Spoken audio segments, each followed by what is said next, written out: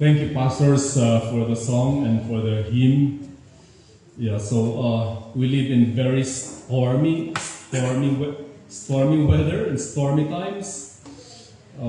It's important that we have an anchor, and our anchor should be in the one who can calm the storms, whatever signals they are.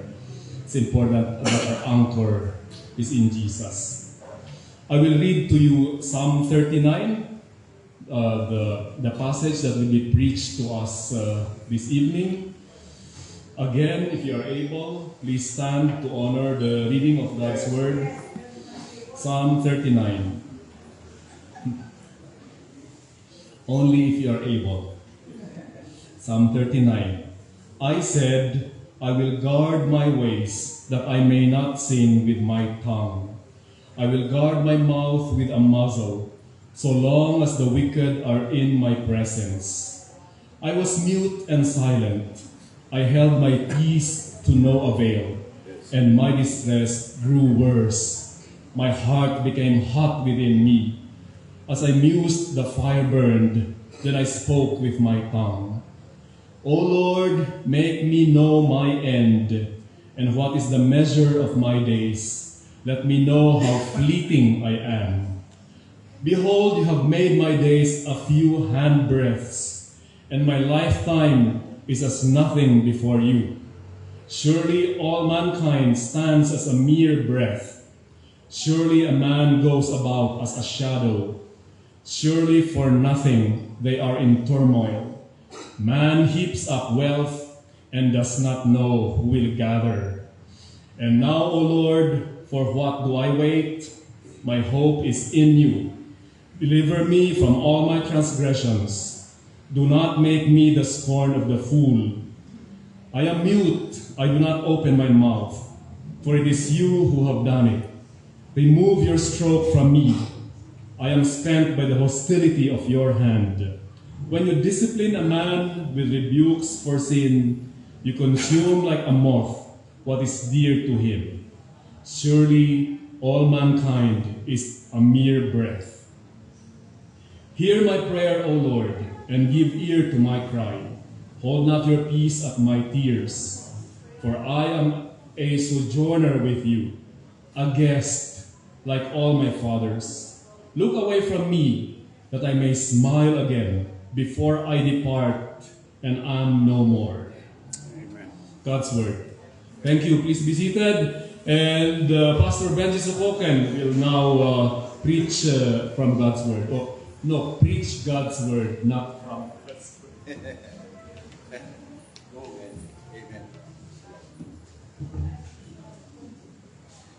Thank you, Brother Jimmy. Thank you.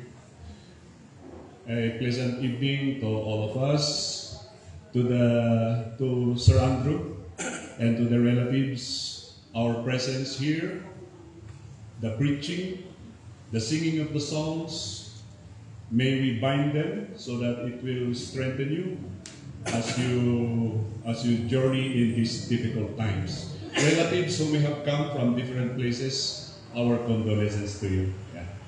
So, yes, Vernon and Andrew were still, I think, high schools when I and Jimmy, yes. Jimmy was the president of the KESIC conference then, and Vernon, doctor, was still young. Yes, I told Sir Andrew last night that ni Manong Darwin ko na nga ni Daddy that he is one of the brightest alumnus niya, ETBBSI. Di lang tinaibagat kini Sir Andrew. Ay so lang tinangod ko kini Manong Darwin niya.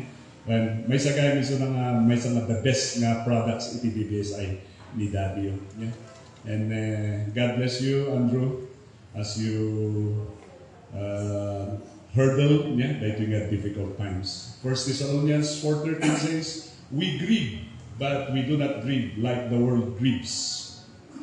Because God, has raised our blessed Lord Jesus Christ from the dead. And He will raise us in Jesus when we die in Him. It's good to die in Him in our blessed Lord. And there is our hope also. So John Donne, I remember that no man is an island. He said that when a person dies, it diminishes me because I am part of humanity. Yeah. Andrew is now in difficult times. We also feel the difficulty. Andrew is lessened. We also are lessened. Diminish? Nag-diminish tayo. Kinmapoy tayo amin. Gamit party tayo isang katawan. And wonder of all wonders, our presence here is a testimony that we are one in the body of our blessed Lord Jesus Christ. Yes. Sumakas siya kakabsat po niya. Then there is a reminder. Even John Donne also said that, therefore send to no man for whom the bell tolls, because it is tolling for thee. Yeah. No, sikat yung umaya na, hamo ay bagbagan na, dapat may Pastor Benji tumahan kung mga ni Vernon, ubintay ni Vernon. Yeah. No, umayan dyan, time mo talaga nga time mo, DJ, kakabsat mo. Yeah. So, DJ, the message from the great sage, John Donne, the writer of No Man is an Island. But here is a better message from Psalms 39. When death occurs, the first reaction of every person, especially we believers, should reflect. Just like the prayer a while ago. Agulima kat apo kunana. Haanak na agsao. Agulima ka. It's a time of reflection. And what did the psalmist reflected upon? Kunana nga, nagapapagayang tibiyag ni tao. It's only 100. When he was reflecting, he was creating some metaphors to show the fleeting moment of a life. Right? Inadiay, 100. Kunana, the measurement ti Hebrew kakabsat ti 100 kat 2 inches and 9 centimeters lang. Almost 3 inches. And then kunana dito nga, it's a shadow. Especially Job. Do you know the book of Job? Job has some metaphors for death. It's a flower, a fading flower. We have some beautiful flowers. But I don't think this will last long. In a few days, they will fade away. A reminder that that is also our life. Jimmy and I may be standing here, but some parts of our body are already, disintegrating. Oh, kita niyo yung cellphone ko at nakasilaw ng tatlong patani. Because my eyes are already getting a toll of, the rigors of studying God's Word. Why? Because that. And thereby, David has an interesting metaphor about that. Kunana, 1 Samuel 20 verse 3, kunana nga, the distance between me and death is only a step. Kunana, may sarang na agdang kakabsat, tinagbalitan tayo hindi kastoy. It's a time to reflect what is our life. Ecclesiastes 7 verse 2. Kunan dyan yung surat, kunana, nasa Isaiah, it is better to go into the house of mourning than to a place of feasting. Tapunan na ijay kakabsat. Uno, adda ka iti balay na adda ti, pag-ayunaran. Oray mo agrup pangat ti rupa. Ngan ti panunot, kan ti puso, ti panunot tumatadam. Kan ti puso, lumaglagan. I mean, refresh. Can you imagine that? We come to difficulties like this. And then there are some who engage in, rowdy, happy things or activities. But you observe their life. They don't respect the dignity of a person. Mayat di ada idayaw na. Vernon has we have a good story to tell regarding Dr. Vernon. He has proven his life. He has a good life. He has a good story to tell. At dati mayat na may story at tayo yung paano. Ay ate, mapapanang ijek clinic da, ini Dr. Jason Sawi. Tagka-partner da. Gamin mo na ni Dr. Jason Sawi, the son of our first Filipino president at PBTS. Yun mo na And then si marunong di partner na ni Dr. Bernard. Hindi ka mo na sumarunong di pasyente na ni Pastor Benji. Well, the doctors are going home. Then the patient need to go also. Well, we go together. Of course, I don't know the time. Kuna naman dito, Psalms na binasa tayo. When? Kuna na. When is my time? Kuna na. Ano ako gusto natin ang pag-enjoy. That is God's domain. You see? So it's time to reflect. There are 3 institutions that we need to reflect upon when death comes. You reflect your responsibility in your family. The first institution established by our Blessed Lord. And then your community. Ada ba dayaw tayo ti community? Uy, nung ako na ba, tadin na, manag-apa, na yan.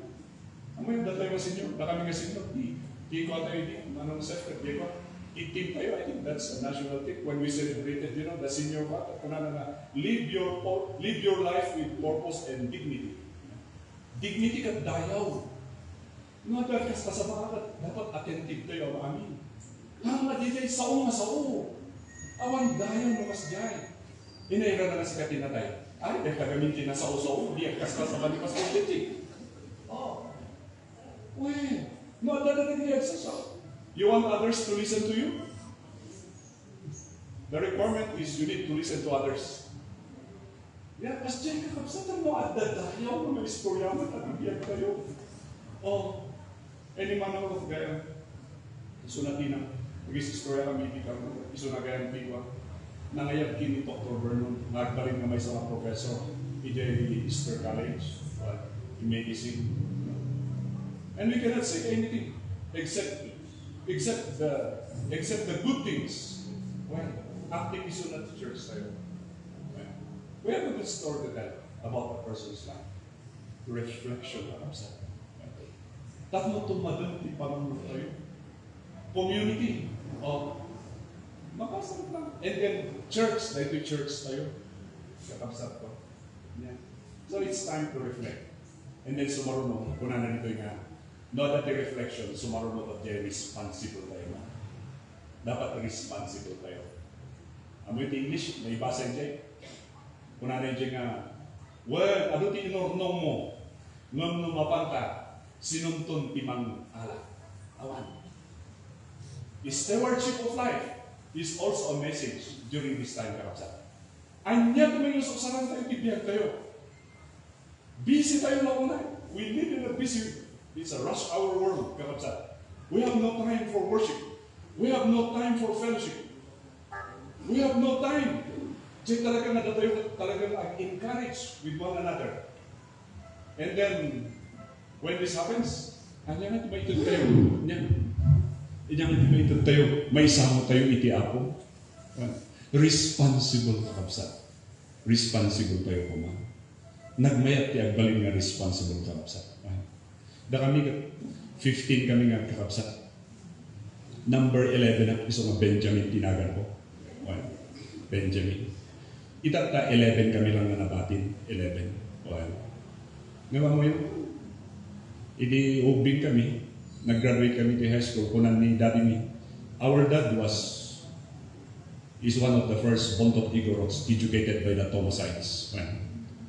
The soldiers who were educators, who naglugan da ijay boat na tinagan na kat Thomasites, isa mga Thomasites na. My dad was one of the beneficiaries of education. Mamiti nag-graduate kami to high school. Kunan na nga, Oreg sardo kayo pa graduate pa iti college dagi jay mamanong yun. Nang kasano nga graduate dagi jay mamanong mi kat no may dagito yung bagyo kat handa mo nga gis eskwela. Isong na magawid da kat agree with dagi jay parents kunada nga anyamot data matawon nga first year kunada matawon pa nga first year. Tahanda nga gis eskwela. So our eldest Pastor Darwin supported his younger siblings. Siya pilas na pinay-eskwela na. May mamoy na pa yung napasama ko no, kasi. Because when our eldest, Manong Darwin, was studying there in Manila, something has gotten his interest. Kuna na nga, Kita man, dangdang man no niya ibagbaga na dito yung pastor. Kita man no nalaing. Oh, he was mesmerized by the way the pastor delivered, the preaching. And then eventually he became a believer also in Christ. Di jay tinagrugya na kakabsat. Kung na hindi natayan ni Daddy di 2000 kung na naghasap tayo ta, agyaman tayo mamin tayo di napanang ijay kolehiyo man. Inawat ko ni Hapon Jesus pas maglubot kin man ng masalakan. Hanga kayan da Daddy kin ni mama nga mga pa-eskwela kada kayo. Iso nga siya kinang pa-eskwela kada kayo. Kung na responsible. That will be the standard of measurement kakabsat. Tibiyag tayo.